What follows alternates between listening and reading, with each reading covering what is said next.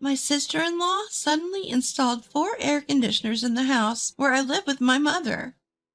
I thanked her, but I was curious where the money came from. I did it myself. Don't worry about it. I had a bad feeling about her response. Rushing to my room, I checked my bank book. I found it, feeling relieved for a moment. However, my name is Cindy Smith.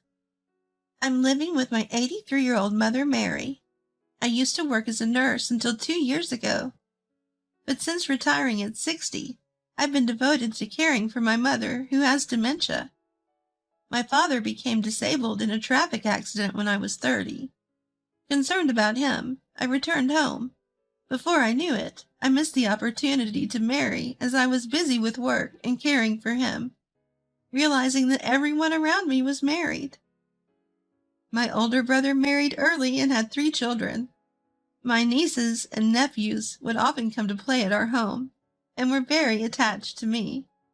I didn't feel lonely because I treated them like my own children. Perhaps that's one of the reasons why I remained single for life. My father passed away 7 years ago from pneumonia.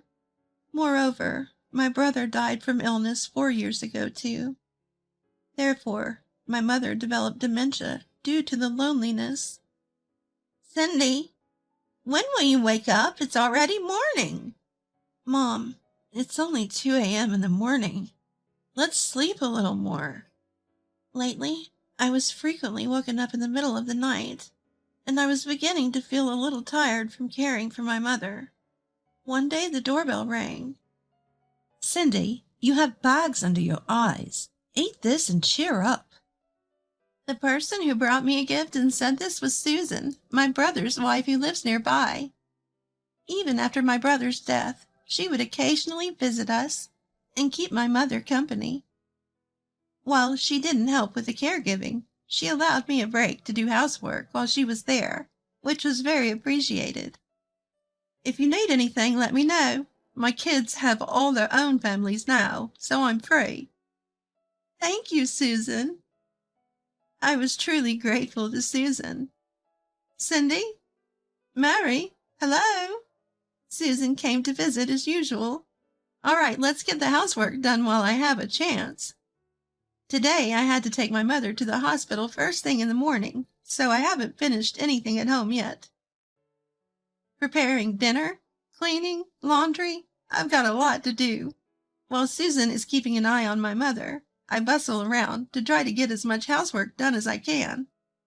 While I glance at my mother's room, she's alone. Did Susan go to the restroom? Seeing that my mother is in a good mood, I return to my chores. Having finished folding the laundry, I peeked into my mother's room, and she's still alone. Silently making paper craft? Mother, where's Susan? I don't know. Susan, you've been in the restroom quite a while. I wonder if she's not feeling well. Thinking this, I went to my room to put away the folded laundry. Yikes! Susan was standing in my room where no one should be, and I was surprised. Susan, what are you doing in my room? There's no air conditioner in this house, so I was looking around to see where it would be best to install one. Susan replied nonchalantly. If that's the case, she could have asked me instead of just going into my room. I was a bit peeved that she had entered my room without permission. But Susan, unaware of my mood, continued to talk while looking around. I'm very grateful to you, Cindy. You're always taking care of my mother-in-law, so I'm going to gift an air conditioner for your room as well. Oh, thank you! I'm glad she's giving me an air conditioner as a gift, but I wish she hadn't entered my room without asking. But Susan didn't mean any harm, and it's a fact that I'm being helped by her visits. She's my sister-in-law. I should be patient. Thinking this, I decided not to complain about her entering my room this time. 2 weeks later, the installation of the air conditioners was completed. Air conditioners were installed in each of the rooms we use, including mine, totaling 4 units. Both Mother and I expressed our gratitude to Susan, who took care of all the procedures and payments. Susan, thank you. By the way, what about the money? Don't worry about it. I did it myself, she said with a cheerful smile. Really? Thank you. I showed Susan my deep appreciation, but I felt a pang of worry inside. Susan had always been a homemaker. She's supposed to be living on her pension and savings left by my brother. But she bought 4 air conditioners all at once? That's quite lavish, isn't it? On closer thought, it wasn't just about the air conditioners. I remember my nieces and nephews and their kids, who are Susan's grandchildren, complained that Susan always takes them out to eat. Like their parents, the kids also look up to me and affectionately call me Granny Cindy, treating me like their actual grandmother. I was craving for Granny Cindy's home-cooked food. I recall them saying this when they visited me, complaining that they're tired of the heavily seasoned restaurant foods at Susan's. Eating out with all those people every time must cost a fortune. I remember feeling worried about Susan's financial situation when I heard this. Another time, a nephew who had just graduated from high school and got a job showed up in a brand new car. Where did you get the car? I asked with my eyes wide with surprise. Granny Susan bought it for me, he said. Susan did, I exclaimed, taken aback. And to my further astonishment, he revealed that Susan has been giving expensive gifts like cars and bags to her other grandchildren as well. Why does Susan have so much money? I've been asking my nieces and nephews and their kids every chance I get. To my surprise, they all say the same thing. Granny Susan seems to have won at the slot machines. Remembering all this, I was taken aback. Could it be? I quickly went to my room to check my bank book. There it was. Thank goodness. I had been worried that when Susan was in my room uninvited the other day, she might have stolen my bank book. But I was relieved to see that wasn't the case. Just to be sure, I thought I'd also check my mother's bank book. I looked in the drawer where I usually keep it, but I couldn't find my mom's bank book or her seal. Mom, do you know where your bank book and seal are? I checked them the other day and put them back in their usual place. Perhaps she forgot where she usually puts them. I thought maybe she had moved them to some other place and started looking all over the house, but I couldn't find the bank book or the seal anywhere. Could it be? I decided to call Susan. Hello, Susan. I can't find my mom's bank book and seal. Do you know anything about it? I don't know. People with dementia often get paranoid about theft. Maybe your mother-in-law hid it somewhere. Susan responded, not taking me seriously.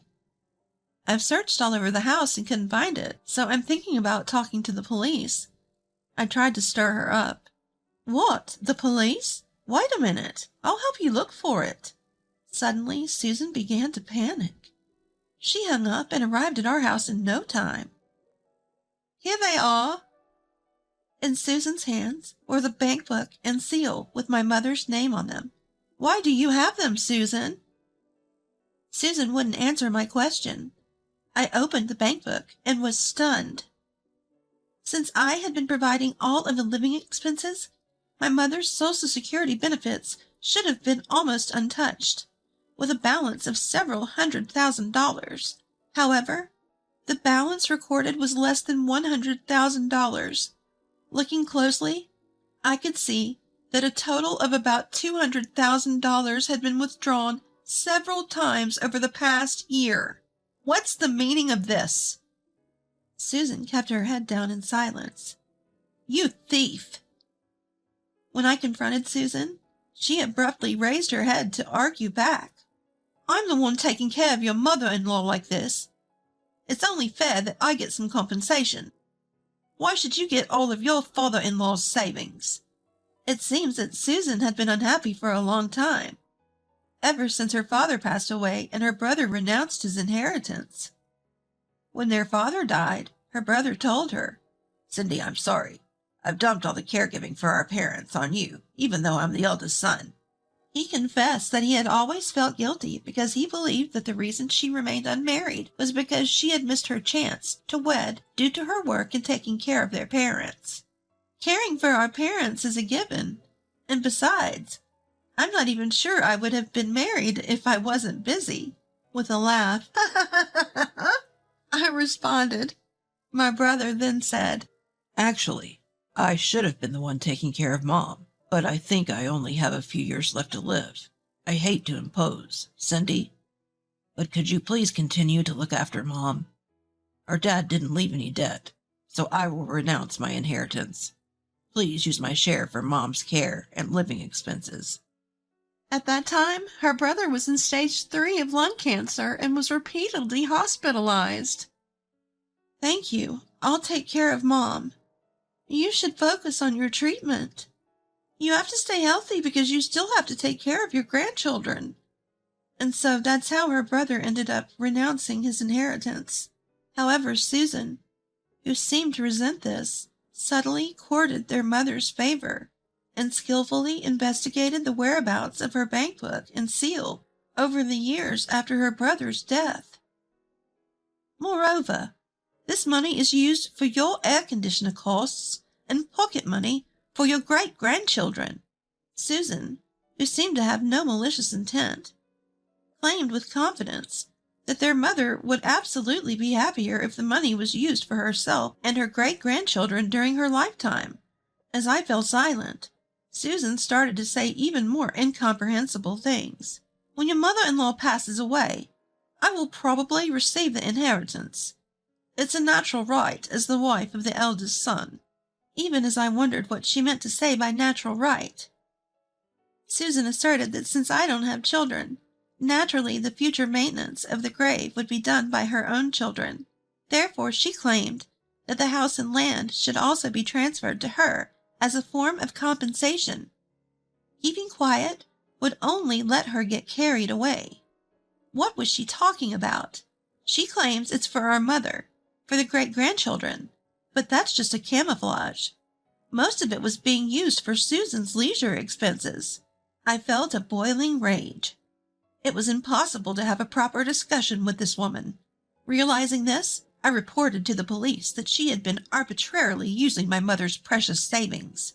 A few days later, my nephews, nieces, and their children all came to my house. "Aunt Cindy, we heard everything from the police. We're really sorry that Mom was taking out Grandma's savings arbitrarily." Everyone apologized in unison and promised that they would definitely repay the $200,000 that Susan had spent, no matter how many years it took.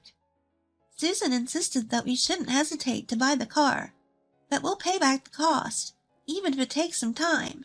Even the child of my adult nephew bowed deeply to me. It seems they're all genuinely reflecting. But the audacity of it all! Normally, winning enough money at slots to buy multiple cars is absurd, don't you think? You're all lacking a little common sense. I pointed out to my nephews and nieces who didn't question the wealth of their mother, Susan. They all nodded in embarrassment and bowed their heads again. "What does Susan say about all this?" They exchanged glances and replied with an apologetic tone. "Mom is being stubborn about it. But, Auntie, we promise we'll take responsibility." How astounding Susan could be when her children and grandchildren were here bowing their heads. No matter how much I detest Susan, I cannot fully despise her. However, these kids seem to genuinely reflect and have a long life ahead of them, even though it's due to their lack of common sense. It's too pitiful to be tied down by debts. This incident should have been a lesson in life. With that in mind, I told them, "You don't need to pay back the $200,000 that Susan spent. I'll withdraw the theft report as well. But remember this incident, and grow up to be sensible adults, okay?" They all nodded earnestly. I continued further. "In return for not paying the money back, even after Susan's death, none of her assets will be given to any of you." I made my point clear, and none of them opposed or showed any unpleasant expressions. We documented this in a written agreement and received their signatures. Once the agreement was completed, the child of my nephew muttered, "Cindy, we're really sorry. Can we still come over for dinner? Of course. Make sure you have plenty of talks with your grandmother. She's always happy to see her grandchildren and great-grandchildren. We all smiled. These kids will be all right. They should grow into fine adults, using their mistakes as a stepping stone. That night, I drafted my will. Until now, being childless, I had intended to bequeath my estate to my dear nephews and nieces who love me. But I decided against it, and instead will donate it to a welfare organization. Even though those kids were good, I couldn't get myself involved with them about their money matters. Then, half a year later, Mom, how are you doing? Who are you? I'm your daughter, Cindy. You came. That's good. My mother's dementia has significantly worsened. She doesn't even recognize me anymore. Her wandering and personal care have become very challenging. So 3 months ago, I had to put her in a nursing home. Now I'm living in an apartment near the facility, and I visit my mother every day. That's my life. When I put my mother in the nursing home, I made a bold move. I sold our house and land and moved to a place where Susan and others wouldn't find us. Since then, I haven't met with Susan. Even after I dropped the theft charge, there was absolutely no contact from Susan. Well, that's to be expected, but I was getting more and more irritated with her every day. Cindy, smile! Smile! One day, my mother's words shocked me. If things keep going like this, I'll become a boring person full of hatred, feeling a sense of crisis. I left the house I was familiar with and decided to start life in a new place. I finished moving and called my nephews and nieces to let them know I was now living out of state. You still can't forgive Mom, can you? To be frank, I don't want to meet or get involved with Susan ever again. Even when my mother passes away. Sorry, but I won't contact you guys. I understand. I'm truly sorry for causing you so much distress. We all loved your beef stew, Aunt Cindy. We wish you a happiness from afar. Tears rolled down my cheeks at his words. Just as I thought, these kids were good. I want to see these kids again. It might be inconsiderate, but if Susan passes away before me, I want them to eat my beef stew again someday. I thought about that while watching the sunset. Mom, I'll come again. Cindy, you had a good smile today. At my mother's words, my heart lightens. With some time freed up since placing my mother in the care facility, I started taking walks along the local riverbank every morning and evening. The vast sky envelops me. Caring for my father, working as a nurse, caring for my mother, I've dedicated my years to serving others, sparing no time to gaze at the sky or feel the wind. I don't regret it, of course, but I wonder if I had taken a little more time for myself, could I have led a different life? As I watched a bird take flight against the wind, I thought so. Today you had a good smile. I remember the words my mother, who doesn't even remember what happened 30 minutes ago, said to me. That's right, because the me of that time is here. The me of now exists. I left my familiar place and came here to lead a new life. From now on, I will live with even more smiles. The bird from earlier is freely enjoying itself up in the sky. I will live here feeling the wind, looking up at the bright sky. I made that pledge to myself.